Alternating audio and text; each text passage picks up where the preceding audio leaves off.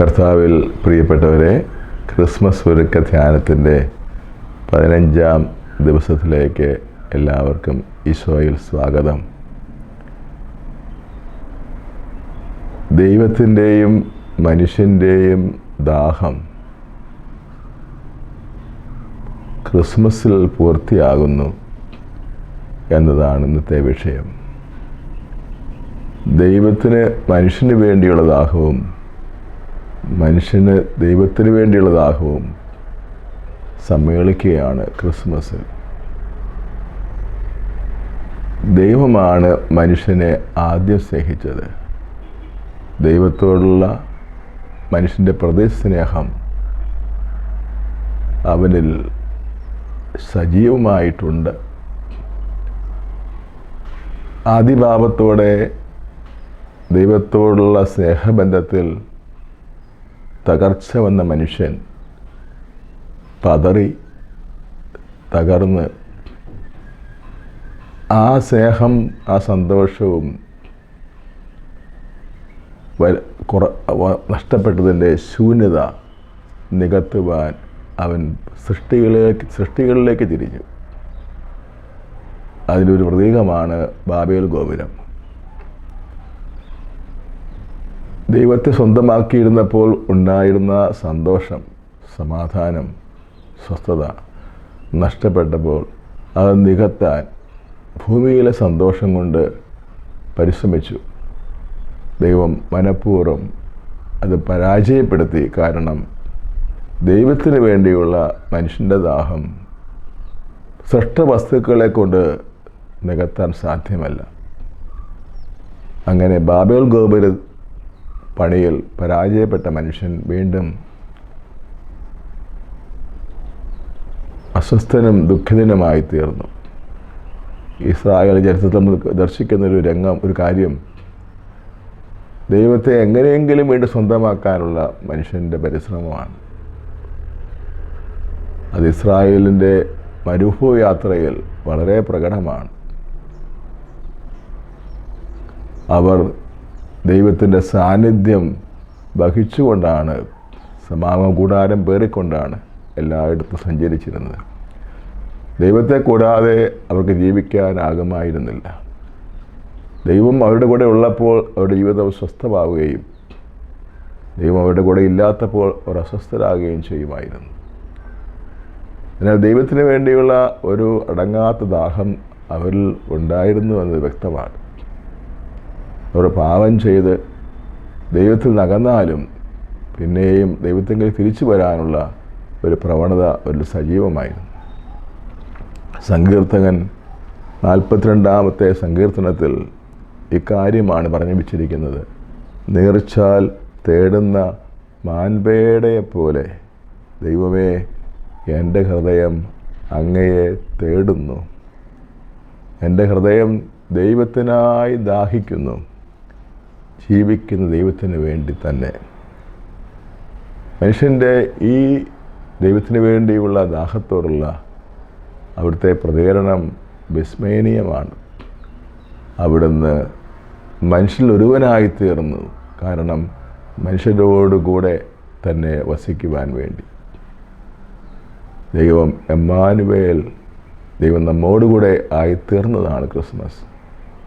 അങ്ങനെ ചരിത്രത്തിൻ്റെ തുടക്കം മുതൽ ദൈവത്തിന് വേണ്ടിയുള്ള മനുഷ്യൻ്റെ അടങ്ങാത്ത ദാഹവും അതിനു വേണ്ടിയുള്ള നെട്ടോട്ടവും അത് പൂർത്തീകരണത്തിലെത്തുന്നത് കാലിത്തൊഴുത്തിൽ പിറന്നു വീണ സത്യദൈവത്തെ അവർ ദർശിച്ചപ്പോഴാണ്. അതുകൊണ്ട് തന്നെയാണ് മാലാഖ പറയുന്നത്, ഇതാ സകല ജനത്തിനും വേണ്ടിയുള്ള മഹത്തായ സന്തോഷത്തിൻ്റെ വാർത്ത ഞാൻ നിങ്ങളെ അറിയിക്കുന്നു. നിങ്ങൾക്കായൊരു രക്ഷകൻ, കർത്താവായ ക്രിസ്തു ഇന്ന് ജനിച്ചിരിക്കുന്നു. ക്രിസ്മസിന് വേണ്ടി ഒരുങ്ങിക്കൊണ്ടിരിക്കുന്ന നമ്മുടെ ഉള്ളിൽ ദൈവത്തിന് വേണ്ടിയുള്ള ഒരു ദാഹം ശക്തമായിട്ടുണ്ട് എന്ന് നാം തിരിച്ചറിയേണ്ടതായിട്ടുണ്ട്.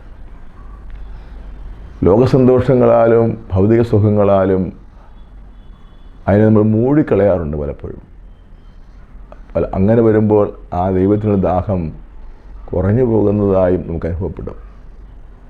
പക്ഷേ ലൗകിക സന്തോഷങ്ങൾ കൊണ്ടും ഭൂമിയിലെ ആനന്ദങ്ങൾ കൊണ്ടും ദൈവത്തിന് വേണ്ടി ദാഹം ശമിപ്പിക്കാൻ ഒരിക്കലും സാധ്യമല്ല.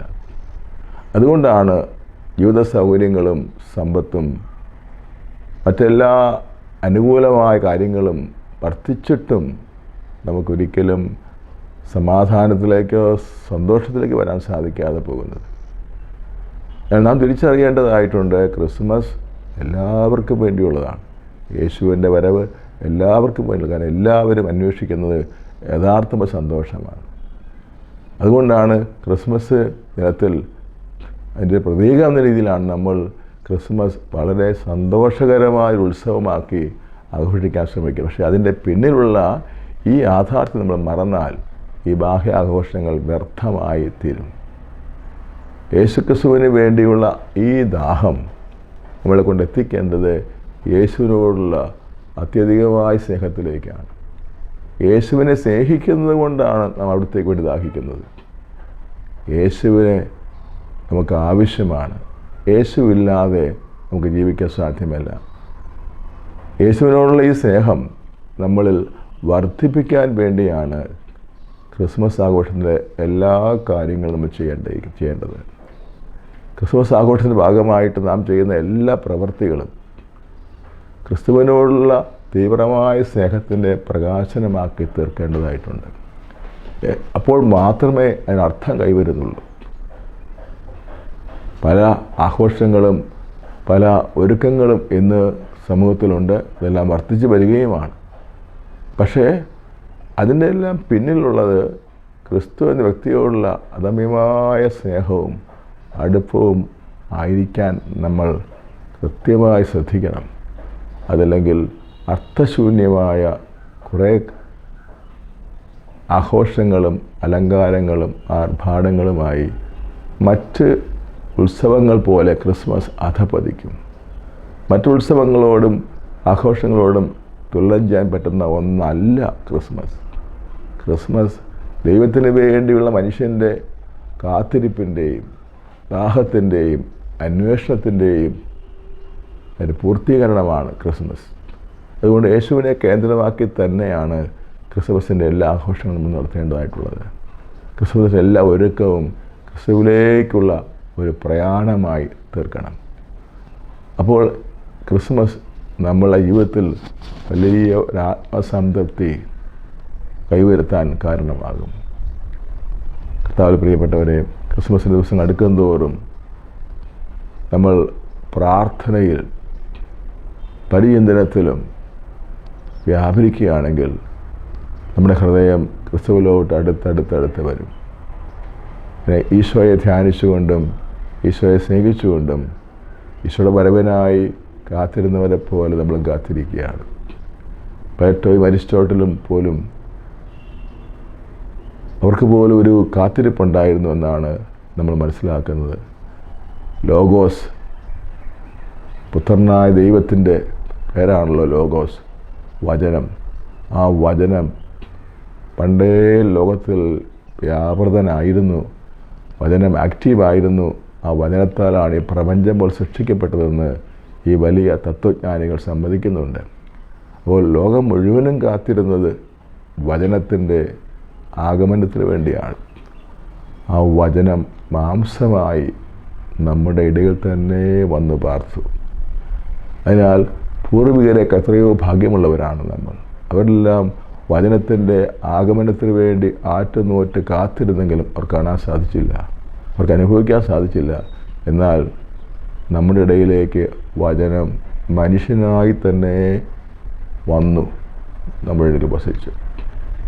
അവിടുത്തെ ഇനിയും സ്നേഹിക്കാതിരിക്കുന്നത്, അവിടുത്തെ ഇനിയും കണ്ടെത്താതിരിക്കുന്നത്, അവിടുത്തെ ഇനിയും തേടി അനുഭവിക്കാതിരിക്കുന്നത് വലിയ കൃത്യവിലോപമാണ്. അതിനാൽ യേശുക്രിസ്തുവിനെ അന്വേഷിക്കാനും കണ്ടെത്താനുമുള്ള നമ്മുടെ ആഗ്രഹം വർദ്ധിപ്പിക്കുകയും അതിനുവേണ്ടി നമുക്ക് പരിശ്രമിക്കുകയും ചെയ്യാം. ദൈവം എല്ലാവരെയും അനുഗ്രഹിക്കട്ടെ. Praise the Lord.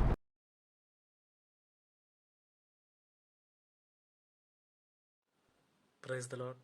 എൻ്റെ പേര് അക്ഷയ്. ഞാൻ ചിറ്റൂർ ധ്യാന കേന്ദ്രത്തിലെ യുവജന ധ്യാനമായ എബയുടെ കൂടിയ വ്യക്തിയാണ്. 2019 ഞാൻ എബയുടെ കൂടുന്നത്. എൻ്റെ ജീവിതത്തെ മാറ്റിമറിച്ചൊരു ധ്യാനമായിരുന്നു എബയുടെ എന്ന ധ്യാനം. എൻ്റെ മുമ്പത്തെ ഒത്തിരി തെറ്റായ ബന്ധങ്ങളിൽ നിന്ന്, ചീത്ത കൂട്ടുകെട്ടിൽ നിന്ന് എനിക്ക് മോചനം ലഭിച്ചു. വലിയൊരു ലഹരിയുടെ അടിമത്തത്തിൽ നിന്നും ഈശോ എന്നെ മോചിപ്പിച്ചു. യഥാർത്ഥ ആനന്ദം ഈശോയാണെന്നുള്ളൊരു തിരിച്ചറിവ് എനിക്ക് ആ എബേഡിലൂടെ കിട്ടി. ഒത്തിരി ഈശോയുടെ സ്നേഹം അനുഭവിച്ചറിഞ്ഞ നിമിഷങ്ങളായിരുന്നു അത്. മുമ്പും ചിറ്റുധ്യാന കേന്ദ്രത്തിൽ ഒത്തിരി ധ്യാനങ്ങൾ കൂടിയിട്ടെങ്കിൽ പോലും എബേഡിലൂടെ കിട്ടിയൊരു വലിയൊരു കൃപ എന്ന് പറയുന്നത് പറഞ്ഞറിയിക്കാൻ വയ്യാത്തതാണ്. ഒത്തിരി ഈശോയുടെ സ്നേഹവും കരുണയും കാരുണ്യമൊക്കെ വർഷിക്കുന്ന ഒരു സമയമാണ് എബേഡ് യുവജന ധ്യാനം എന്ന് പറയുന്നത്. തുടർന്ന് വന്ന കുറേ വർഷങ്ങളായിട്ട് ധ്യാനകേന്ദ്രത്തിലൊരു പ്രേക്ഷിതനായിട്ട് ഞാൻ ശുശ്രൂഷ ചെയ്യുകയാണ്. അനേകം യുവതിയുവാക്കന്മാരുടെ മാനസാന്തരങ്ങൾ നേരിട്ട് കണ്ടിട്ടുണ്ട്. ഒത്തിരി തിന്മയുടെ അടിപ്പെട്ടു പോയ യുവതിയുവാക്കന്മാരെ ഈശോ തിരിച്ചു പിടിച്ച് ഈശോയുടെ സ്വന്തമാക്കുന്ന അസുലഭമായ നിമിഷമാണ് ചിറ്റൂർ ധ്യാനകേന്ദ്രത്തിലെ എബേഡ് യുവജന ധ്യാനം. ഒരുപക്ഷെ എൻ്റെ ജീവിതത്തിൽ എബേഡ് കൂടിയില്ലായിരുന്നുവെങ്കിൽ എൻ്റെ ജീവിതം എന്നേക്കുമായി നശിച്ചു പോയേനെ. കാരണം ഓരോ യുവതിയുവാക്കന്മാരെയും ഈശോ രക്ഷിക്കാൻ ഉദ്ദേശിച്ചിരിക്കുന്നത് എബേഡിലൂടെ തന്നെയാണ്. അത് തന്നെയാണ് അതിൻ്റെ കാരണവും. എൻ്റെ ഈശോയെ എനിക്ക് ഒത്തിരി തിരിച്ചറിയാൻ കിട്ടിയ ഓരോ നിമിഷമായിരുന്നു എബേഡെന്ന് പറയുന്നത്. പരിശുദ്ധ കുർബാനയെക്കുറിച്ചുള്ള അറിവായിരുന്നു എന്നെ ഏറ്റവും സ്വാധീനിച്ചത്. അതോടൊപ്പം തന്നെ ഈശോ ഏകരക്ഷകനാണെന്നുള്ളതും ഈശോ മാത്രമാണ് ദൈവമെന്നുള്ളതും എന്നെ ഒത്തിരി സ്വാധീനിച്ചു. ഇനിയും ഒത്തിരി യുവതിയുവാക്കന്മാർ ഈ ധ്യാനകേന്ദ്രത്തിലേക്ക് വരട്ടെ എന്ന് പ്രാർത്ഥിക്കുകയാണ്. ഈശോയെ തിരിച്ചറിഞ്ഞ് ഈശോയുടെ സ്നേഹം അനുഭവിച്ച് ഈശോയുടേതായി മാറട്ടെ എന്ന് പ്രാർത്ഥിക്കുകയാണ്. Praise the Lord.